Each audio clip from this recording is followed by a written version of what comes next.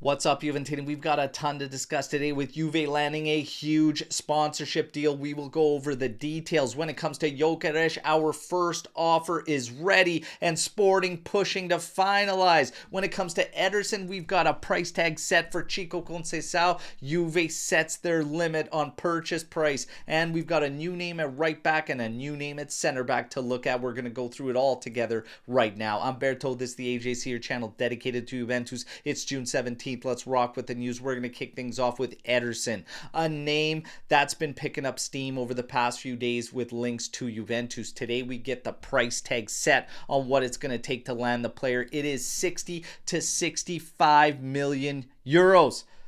Look, good midfielder, but my God, 65 million euros for him. We need to stop talking to Atalanta, in my opinion. All right, I am not with this, but where do you stand? Hit me in the comments. Meanwhile, Gyökeres, the rumors today suggest that Sporting might be trying to assist Juventus and push the deal through because we're the only ones set to spend 70 million euros for the player. Apparently, Comoli has a first offer ready of 60 million euros plus 10 in bonuses. Now, there's a lot to think about here with this one. Why is no one else ready to go up to 70 mil when his release clause is actually 100?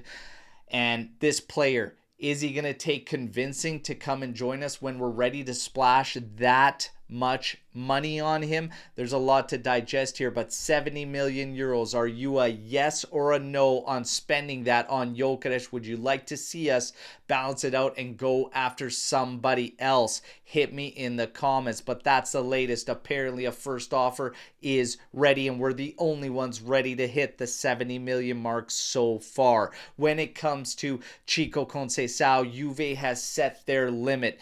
20 million euros is all they want to spend to try and wrap up the deal for Sérgio Conceição. Meanwhile, Jorge Mendes, the player's agent, is actively working with Porto to try and get them to come down in price so that Juve can pick up the player and retain him for as little as possible. I don't understand why we can't meet in the middle and just say 25 and call this thing a wraps. Nonetheless, here we are. When it comes to right backs, we've got a new name targeted by Juventus. Apparently it's Flamengo's Wesley, and he could be available for somewhere around 25 to 30 million euros. So we'll just take that name, put it in our back pocket. When it comes to center back, we've been hearing a lot again over the past few days around Leonardo Balerdi. However, today, as reiterated the first time last week, Marseille has zero intentions in moving that defender, so Juve is going to have to look elsewhere. The name that pops up today is Tomori, not an unfamiliar target for Juventus, but apparently we could be looking at Milan again, and Tomori's name creeps up again. When you get to Juventus and Adidas, yesterday we heard about them getting ready to close out a deal. The deal is done and it is a massive one, taking them locked into a contract to 2038 worth 408 million euros.